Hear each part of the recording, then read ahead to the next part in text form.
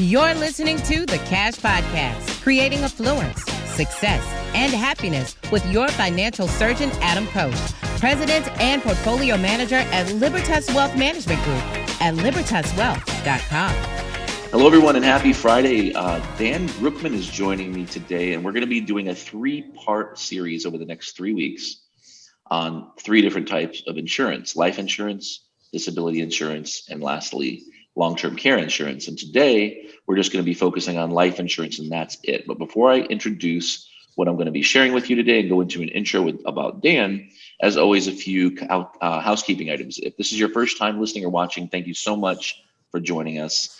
The Cash Podcast is normally produced weekly. I did take a week off last week for vacation, so I apologize that for those of you who missed me. I'm sure there's not enough people who. I wish there were more people who missed me. But anyway, as stated in the intro, Cash stands for creating affluence, success, and happiness, and that's my mission. Now, my hope is for everyone who's listening to learn a little bit more on each and every episode, so that you become more successful, wealthier, happier, and more educated than you were before you started listening today. So come back often. Feel free to subscribe on both iTunes and YouTube. Whether you're a treadmill listener or a YouTube watcher, we're on both, and you'll get these updates sent to you before everybody else does as soon as we record new episodes. In addition, you can also follow me on Twitter at Adam Koós, as well as Instagram at Financial Surgeon. And then last but not least, while we're not going to be having any visual aids today, you can always find links, visuals, and other educational resources, as well as past episodes, I should say, on our website at libertaswealth.com and the educational portion. So let me go ahead and introduce Dan. And when I say Dan's an insurance professional, I don't mean that he's just any professional. I've been using Dan as a resource for our clients for years now, and I can truly say that he's an expert when it comes to multiple areas of risk management, particularly in life, long-term care, and disability insurance. He also works with business owners, I should say, on their succession planning techniques, which can involve everything from key person insurance to buy-sell strategies and funding. And this is particularly helpful at our company at Libertas when it comes to the services we provide our business owner clients with when they're looking to exit their company or sell their companies. Dan started in the industry back in 2014, and he's been in his current role at Stali Insurance since 2016. He lives in Westerville with his bride, Rachel, and one-year-old daughter, Madeline. So he's finally starting to get nice, long, good nights of sleep here. Hopefully she doesn't wake you up too many times in the weekends in the morning. And he gives back by serving on the board of both an industry trade organization as well as a local charter school for at-risk youth. And one of Dan's favorite things to do are spending time with friends and family, traveling to new places, and relaxing with a good book. Now, I have to ask you, before you even talk about life insurance, what book are you reading right now? Well, I have a book in the mail right now. It's actually titled The Rise of America by Marin Katusa. And it's one of these geopolitical, what's the next 100 years going to look like kind of reads. Huh. And you read real books, huh? The ones with pages and paper. Yeah, pages and paper. I have a preference for that. Yes. That's good. I know a lot of people. My wife still reads the paper book. She also has a Kindle, but I tried going from all I read is books where I'm learning something. I can't read novels, but I tried going to Kindle years ago, and I just couldn't do it. And so I'd rather either read a paper book, but really what I love doing is listening to books. It's kind of like this podcast we're recording right now. For whatever reason, I'd rather be in the car listening to it or on the treadmill listening to it. I don't know. I think I just absorb information better. But if I had a choice between Kindle or real paper, I think I'd go your route and go with the real paper. Awesome. Well, let's get into life insurance questions here. So we want to cover a lot, and that's why we split this up into three pieces. I know you and I spoke a couple weeks ago about putting something together, and I think this makes a lot of sense to really get into a lot of details and teach people about, here's the first questions. I mean, the first question that I always get when talking about life insurance with our clients is, how much life insurance should I have? So let's just start there. If somebody said to you, hey, Dan, how much insurance do I need? What would you say? Or what would be your advice? Yeah, absolutely. It's really the most important question, because at the end of the day, when, if I am delivering a claim check, that widow or widower is not going to ask me, hey, Dan, who was our life insurance through? hey, Dan, what kind of policy was that? Did it have a good interest rate on it? The question is, hey, Dan, how much life insurance did we have? Is it going to be enough money to make sure that everything is taken care of? And I'm a firm believer in doing a really good, solid calculation. One resource that I use, in this planning with my clients is lifehappens.org. It's a website, so lifehappens.org. If you go there at the very top, they've got different, drop downs, and one of them is calculators, and you can go in there and do a life insurance calculator that's pretty good and in depth. Go through there and do that. If you're just looking for back of the envelope, though, I refer to an acronym, LIFE, LIFE, where L stands for liabilities, things like your mortgage, your maybe student loan debts or credit cards or anything that you would want the life insurance to take care of from a liability perspective. I stands for income. So for those of us with people who rely on us for income, you want to figure out, okay, well, how much income needs replaced, and then how long do I want to replace it for? The industry standard has generally been about 10 years of income replacement, but you can go less, you can go with more. But if you're, once again, just looking for simple back of the envelope, go 10 years of income replacement. F is final expenses, somewhere between 15 and 30 grand for, burial costs, things of that nature. And then last, E is for education. So folks who have kids, maybe they're doing some, saving for their college. And and if a breadwinner, it is no longer there to, do that, then you might want to put some money in for a college savings plan. So you figure out what you want in there, tally it up, and there's your total. Okay. So that's the consideration for individuals on a personal side. As you mentioned in the intro, you yourself and, I as well do a lot of planning with business owners. And so there are some considerations for business owners where they have some life insurance needs and they need to do a determination on how much life insurance they're going to need in their situation. And the two main considerations we're talking about here are succession planning. So a situation where you have multiple partners, business partners, and what happens, if God forbid one of them passes away, right? Well, then the company is going to be responsible for purchasing those shares, right? And the agreement should stipulate how that all works, but you're going to need to understand the value of the business in order to really understand, well, what's that going to be? And that'll be in the agreement, how that's going to be passed. But one area where life insurance can come in that planning is for the funding of that agreement. Right. And so, well, what's the value of this company?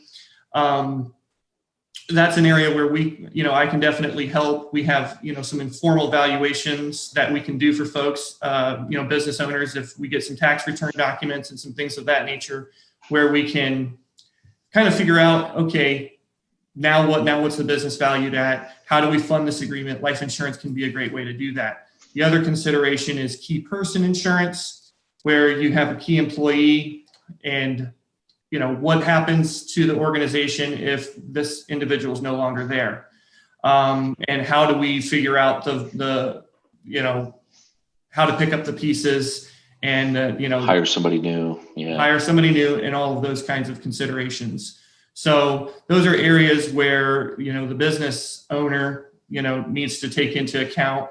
Well, okay, how do I value my business so that my buy-sell agreement is funded properly? How do I figure out, if something happens to one of the key employees, which could be a business owner themselves, how are we taking care of that? And do we have the cash flow necessary to make sure the business can survive?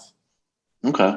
So just to recap for, individuals and couples, business owners or not, from a personal or family level, we want to make sure we're taking into account all liabilities that currently exist, income replacement, final expenses, and the cost of college savings. We want to add all that up, find out what that's going to cost in today's dollars. And then we probably want to remove any current insurance owned. Of course, consider that if we're going to replace it. Things like employer insurance, which we'll talk about a little bit later here. But but then that gives us how much we need.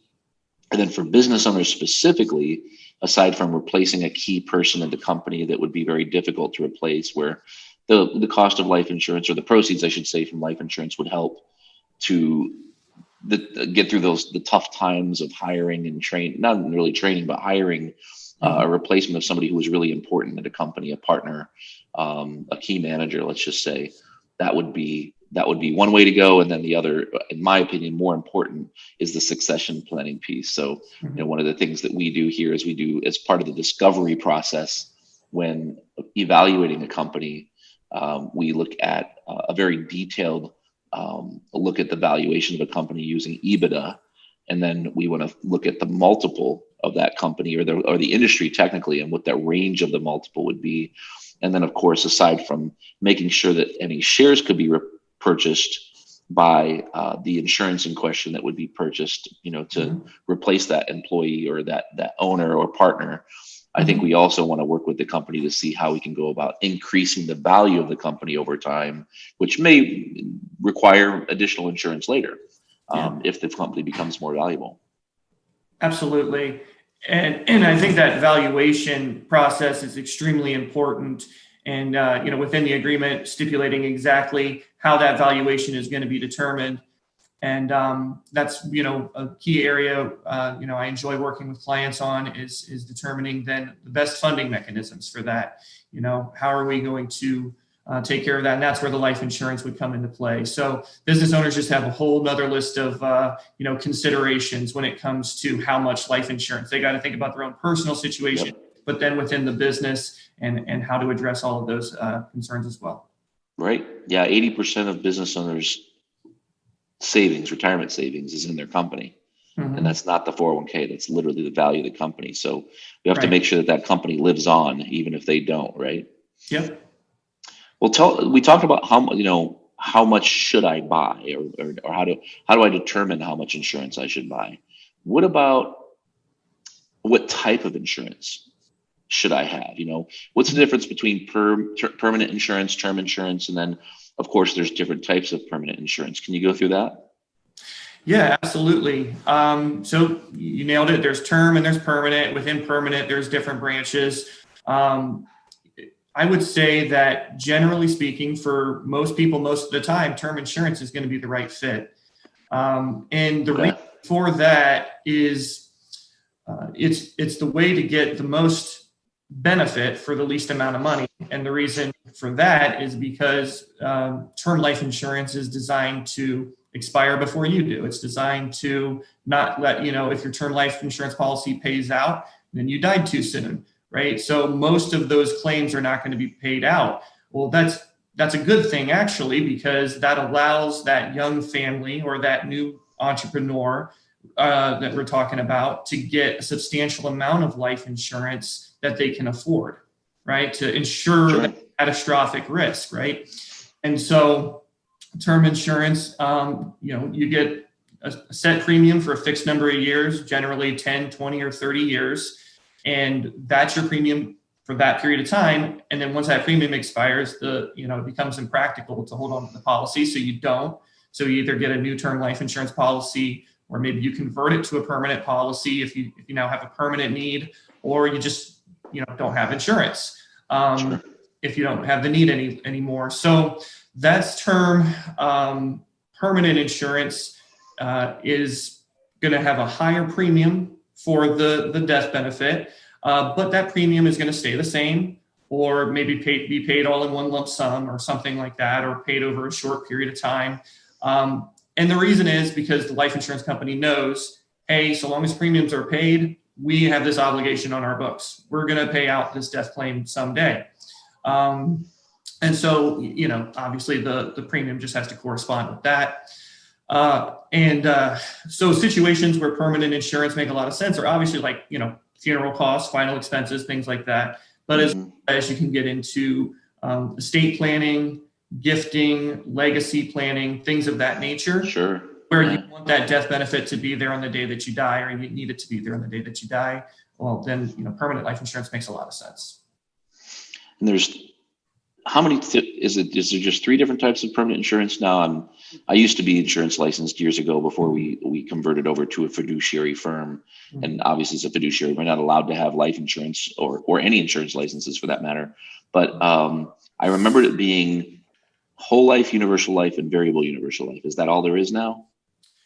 Yeah, I mean, for the most part. So whole life is like the more basic and bland version of permanent life insurance. Everything in it is pretty much guaranteed, unless it's a participating whole life in which there's dividends that can be paid, and those aren't guaranteed, and they can change over time. But you got guaranteed premium, you got a guaranteed death benefit, you got guaranteed cash values and things like that. And it's very set it and forget it kind of permanent life insurance. Universal life insurance is similar, but the cash value, the growth of the cash value is going to be very determined on just a market interest rate. And with, interest rates being where they are, universal life has not been maybe as attractive as it was back in the 80s and early 90s. And so, the insurance industry didn't just kind of stand still. They innovated and some new products came in, as you mentioned, the variable universal life, where instead of being an interest rate, determinant of how the cash value is going to build and grow, you can actually participate in separate accounts, which are, essentially mutual funds. Right. And so but you've got the volatility of the market, the ups and downs inside of that account. And then for someone who's maybe a little more conservative, likes that idea, but it's more conservative, there's a option called indexed universal life, which has gained a lot of popularity in the last 10 to 15 years, where you will participate in a market index. You will get a return based upon what a market index or a group of market indexes, returns. But you might be capped. You can't get more than 11% in a given year, but you'll have a floor of 0%. So you can't lose. So it's almost like bowling with the bumpers. Right. There we go. Yeah. So it's a good way to think of it. Good analogy. And those are the three main types of permanent insurance. And it just kind of depends what the goal is, what the individual is trying to accomplish as to whether one of those makes more sense than the other. The last thing to talk about, though, is there is a universal life policy that can work just like a permanent form of term life insurance almost, where it doesn't build any equity, so you're not getting that cash value growth.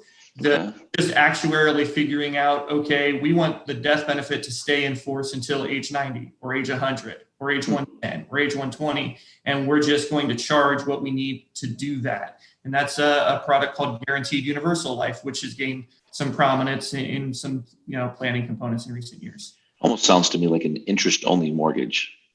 You don't get any equity, but you just pay the interest, so to speak. It's a good way to. So I've always known, that variable universal life insurance, and I think for people listening or watching, they need to think the word variable is the word you need to focus on, because that's where the market fluctuation comes into play, and the money that's invested inside this insurance policy is going to go up and down along with the market. And if we have a market crash, or I should say when, there's always the possibility that you could add or be forced to add more money in premiums if that cash value gets too low. So typically when people are buying insurance, I don't think they're typically looking for something that has that level of risk, in my opinion. I mean, that's not everyone, but I think most people aren't. So what I'm curious about, and I honestly don't know if anything's changed in the last 10 years, but when you compare universal life to whole life, I hate to be so simple and say what's better, but what's better? Well, yeah. So, and I'm going to try not to be too much of a politician about this, but it really is. Because the answer is it depends, and it does depend. I think if you want to have more flexibility, hey, I can miss some premiums. I can put in more premiums, pay more, pay less. I've got a little bit more upside because I've got this market participation, like even through the index, I have, quasi market participation. And I want more flexibility and more freedom, then I think the universal life is a better fit. If you're more conservative in your approach and you really just kind of want the steady Eddie, And it is what it is, and it's going to perform the way it's going to perform. And you're comfortable knowing that you don't have so much flexibility and freedom inside of the contract, then whole life can be a lot better solution. Okay. And when you consider the fact that, inflation is a real thing, even though for the last 3 decades, inflation has been under 3%, but it's becoming a hot topic these days, obviously. Big time, yeah. But when you consider inflation is a real thing, and that 30, 40 years from now, the value of a dollar is probably going to be a whole lot less than it is today. Is that why you said that you feel like term insurance, for the working American is typically probably the best way to go in most circumstances, is because, you buy $100,000 universal life policy today or whole life policy today, then 40 years from now, yeah, you still have insurance, but what's that really worth anymore, comparatively speaking? Is that your thought?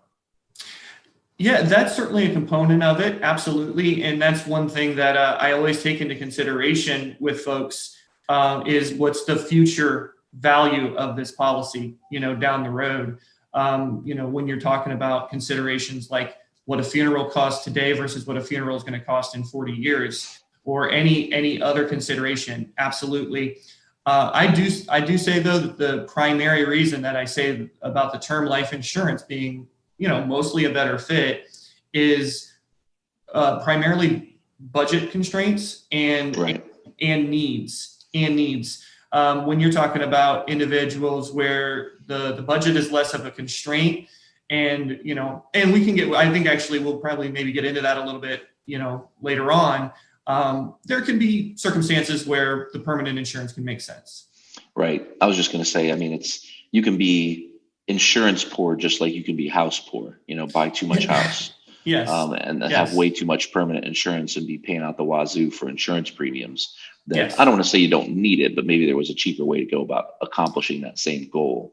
And I think that what you were alluding to, because we were talking about it today before we started recording this podcast, is the fact that death taxes, the exclusion is the highest it's ever been in history. Yeah. And at some point in the future, I have to be honest, I've been doing this for 2 decades now, and I'm still surprised that, you have to have more than 11 and a half. You have to have more than $11.5 million die. So the second spouse has to pass away with well over 11.5 million before you would be hit by a federal death tax. And then at least in Ohio, there is no death tax. So, and I believe Ohio got rid of their death tax back in 2010, if I remember correctly.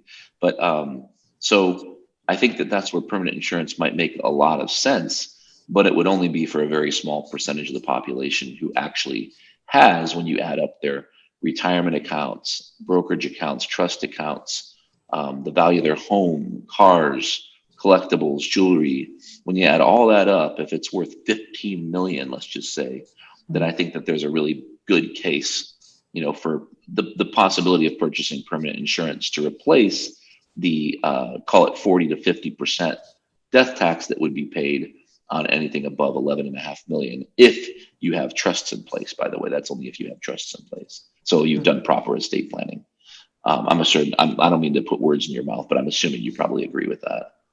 I absolutely agree with that. I think, what you're talking about, and that 11.7 million, that's the exemption for an individual. It's 23.4 million for a couple. So, and that with the trust, that took place with the tax changes in 2017.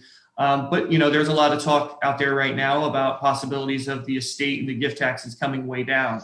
Right. And so what is that going to look like? We don't know. I'm not psychic. I can't, tell the future. I don't know what the things are going to look like. But if there's anything that I am pretty sure about when it comes to tax policy, is it is going to change. Right. Right now, while the exemption is really high, it could be a really opportune time for individuals in that circumstance to get some of that planning taken care of before those tax laws change and they come way down. Yeah, going on vacation, we listen to a lot of reggae on vacation, and Ziggy Marley says the only thing permanent in life is change. So there you have it. I think that when I started my career 2 decades ago, the estate tax exclusion was 1.5 million. That's it. And it still blows my mind that it's as high as it is today. So I think that I would agree with you. I think that, with, soon to be over $30 trillion of government debt, there's going to be higher taxes, and they're going to have to start trying to find places to get this money. So, but speaking of other types of insurance, I know you talked about term insurance, the three different types of permanent insurance. What are your thoughts on group term? And for those of you listening or watching, when I say group term, what I mean is, buying term insurance that's technically through your employer. So if you're working, many times employers will give you, say, 1 times your salary or 2 times your salary, but they'll also give you the ability to purchase more insurance at a relatively low premium, in most cases cheaper than you can buy off the street. What is your opinion, Dan, on considering that as part of the solution? The benefits and pitfalls. Yeah, absolutely. It's a great question. Group term life insurance is phenomenal. It really is. It allows folks to get this extremely important coverage, and like you said, because they're part of this group, a lot of times they can get a portion of it paid for by their employer, and they can maybe buy some more themselves. Maybe even get favorable underwriting and things of that nature. And so it's absolutely, take advantage of it. If it's available to you, take advantage of it. But I also caution against having it be the only layer in your life insurance portfolio, simply because it is completely contingent on your employment. So if you separate service voluntarily or involuntarily, it can go away, right? And then it also is contingent on the employer, maintaining that coverage. They can update and review their benefits programs at their leisure, and so you don't have control over the policy itself, so to speak. And so I always recommend having your own individual policy, in addition to that planning. And when we were offline, we talked a little bit about, well, what about the considerations for the how much question, right? And, well, it depends. It's something that you're going to have to think through. Okay, how much of my need can be covered with the group insurance? Am I comfortable with knowing that I don't control it? And how much do I need to have individual insurance that I completely own and control myself? Yeah, because you have companies get purchased, right? Mm-hmm. And benefits packages can change when the companies merge or get purchased. You can have something like a pandemic, for instance, where you get laid off and now you don't have insurance, and then something happens and maybe you get COVID and pass away. That would probably be worst case scenario. So yeah, I think that it's probably a combination. Makes a lot of sense too. What about the kind of you would put it as an unpopular opinion, but what about life insurance as a retirement savings tool? Obviously, that's my wheelhouse is, financial planning, retirement planning, estate planning, investment management. But what's your opinion on, using life insurance as a retirement planning tool?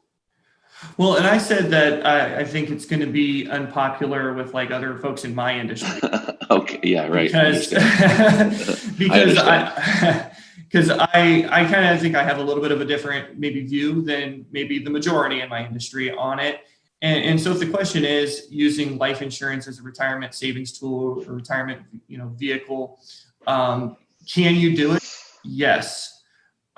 Should you do it? I think it's a very unique profile of a person who is a good fit for doing that.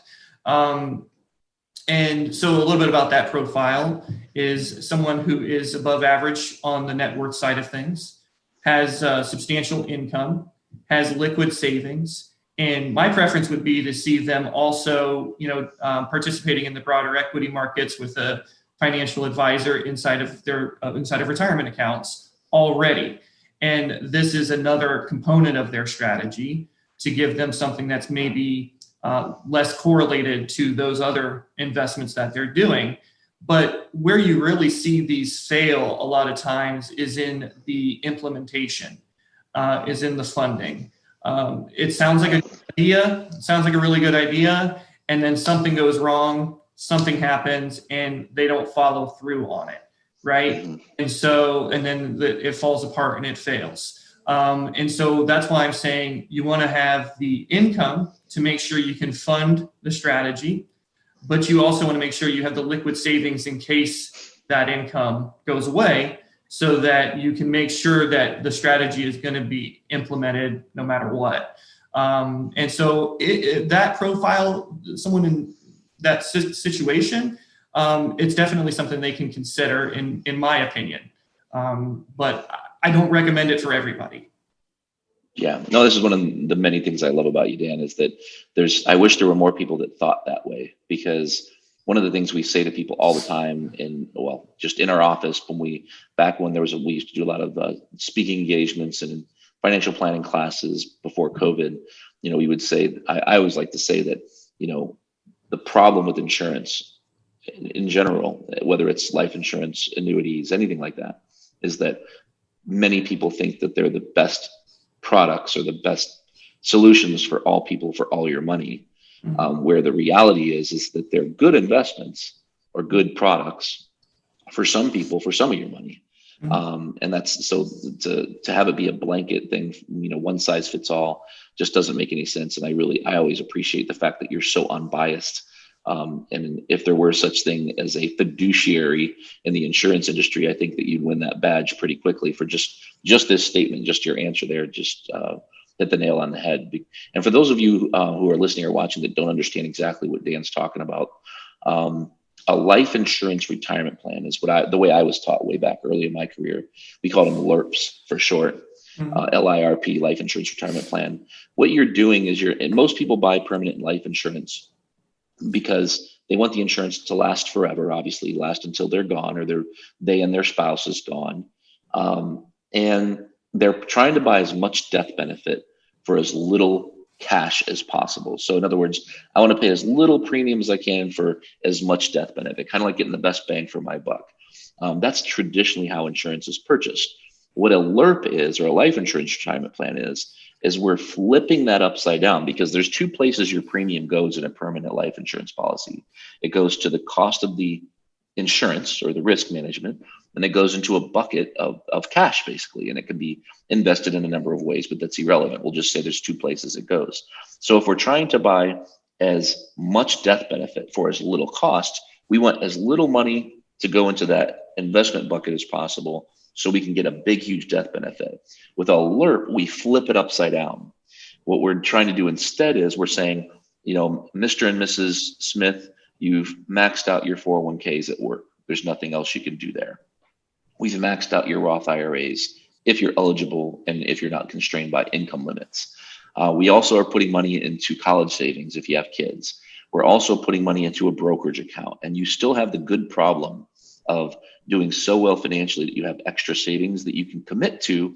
And that's what Dan was talking about earlier, the commitment and how these things can blow up. If you say, yeah, I can afford to put $15,000 into a LIRP every year for the next 15 years, but then 7 years in, you don't do it anymore. It kind of destroys the whole plan. So what we're doing in a life insurance retirement plan is we're flipping it upside down, and we're saying, I want as little money to go into the insurance premium arm of that call it equation, and as much money to go into the investments as possible, understanding that we can't create what's called a MEC. I'm not going to go into too much detail there, but we cannot make the cash value too big, so to speak. But there's ways that insurance companies and ways that Dan can calculate to put this in a perfect situation where not only do we have a 401k that's maxed out, we have a Roth IRA, we have brokerage money, we have college savings, but now we also have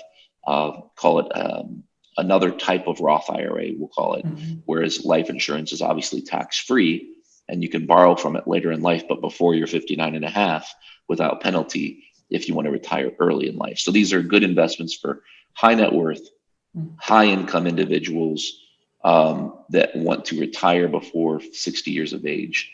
The population of those who it really makes sense for, I'd say, is pretty small. Would you agree? Yeah, absolutely. Yeah, it's a unique profile of an individual who this makes sense for. You nailed it on the head with everything you just said, and especially so when you talked about over the 15 years, it's generally something that you want to fund for probably 10. It's usually see them. Yeah, it's usually where you see them work best. You want to overfund that policy for 10 years and kind of let it grow. Let it ride. Yep, absolutely. And then you've got I would say one thing that's really advantageous to that strategy for those folks is, like we talked about with the whole life, for example, where the cash values are guaranteed and they're kind of always going up, or with that index universal life where, hey, I can get between 0 and 11. You're talking about something like sequence of returns risk or something like that. Well, hey, maybe if I decide to retire and the market's going down, maybe I can take money out of this thing that didn't go down and let the account recover more quickly before I take money out of that account. So there's scenarios where it can be a good tool for the right person. No, that makes total sense. Yeah, I get my pet peeve, I guess, is we have a business owner client who we started working with years ago, and they come in the office and they haven't maxed out their retirement plan. Their retirement plan is only a simple IRA, which means they can only max out at 13K, 13.5. They could have a 401k instead, but that wasn't recommended. So they're stuck with this retirement plan that's really too small for them. They're not doing any Roth IRA contributions. They're not putting money into brokerage. But the business owner has then sold an overfunded, LIRP, a life insurance retirement plan at 15K per year. And I don't know, he wasn't ready for it. So, but he's stuck with it now, right? It wouldn't be very good on my part to recommend that he gets rid of it. At this point, it's like, you started it, now we got to finish this thing, Yep, absolutely. Yep. Well, just to wrap up, our first of 3 parts here in this case on life insurance, what other considerations, just kind of a catch-all, if there's anything we've missed that I forgot to ask, what other considerations, should people think about when purchasing life insurance? Yeah, absolutely. I would say the most important considerations is to make sure you're working with somebody who has, 25 plus carriers, has experience, knows what they're doing. And if they're not doing some of the things we talked about, as far as doing a calculator with you, doing a calculation, maybe explaining how these different types of policies work, that might set off some alarm signals, right?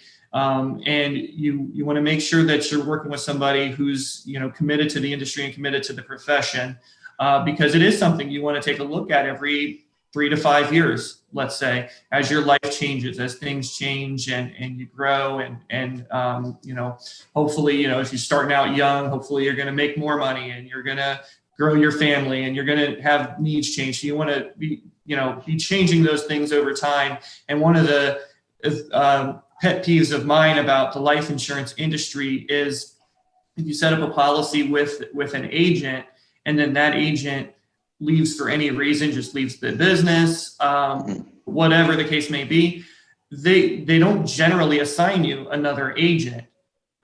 You just become like an orphan account of the company, and now you're just being serviced by the company, which means you're really not being serviced at all.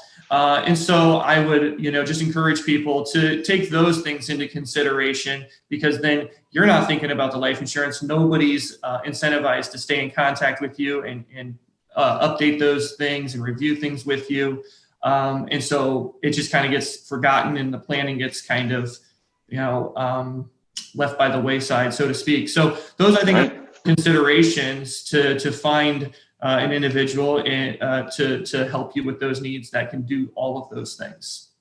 Yep, that's great. Yeah, I think that the life does change. And my philosophy has always been that, the older you get, the more money you should have saved and the less insurance you should probably need, unless you fall into the, again, good problem of having too much money to the point where you need insurance for death taxes to keep that money in your family instead of giving it to Uncle Sam.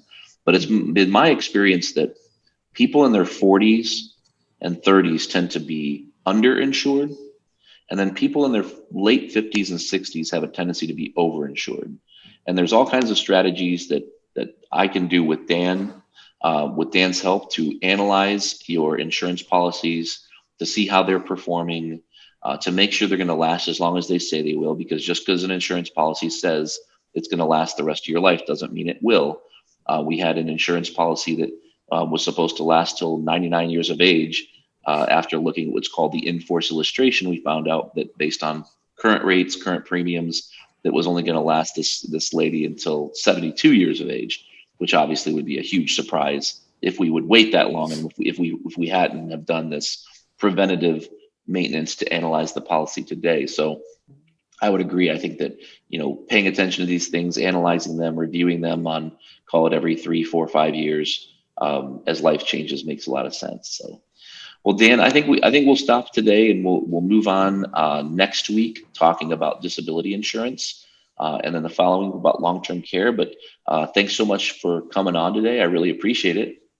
Thank you so much for having me, Adam. No, for sure. And we'll see you next week. But that's it for today's show. Feel free to share this episode with your friends and family. If you'd like to discuss your personal situation further, remember, you never, ever have to be a client to ask a question. If you'd like to set up an introduction call with myself or Dan, please head over to our website at libertaswealth.com. On the contact page, you can either email us, send a form message, or you can actually get access to our calendar through a link that's on that page on the left. As always, I always say there's thousands of podcasts out there, and obviously you chose to give ours a listen today. So thanks again so much for tuning in. Be sure to subscribe both on iTunes and YouTube.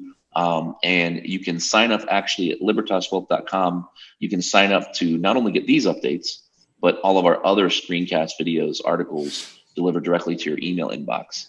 Again, feel free to follow us on Facebook at facebook.com/Libertas Wealth. I'm also on Twitter at Adam Koós, and again on Instagram at Financial Surgeon. So thanks again, once again, for joining us, and we'll see you next time. Thank you for listening to the Cash Podcast with your financial surgeon, Adam Koós. To see any charts or images that were mentioned in this show, or to check out additional articles, videos, and other educational resources, head over to libertaswealth.com.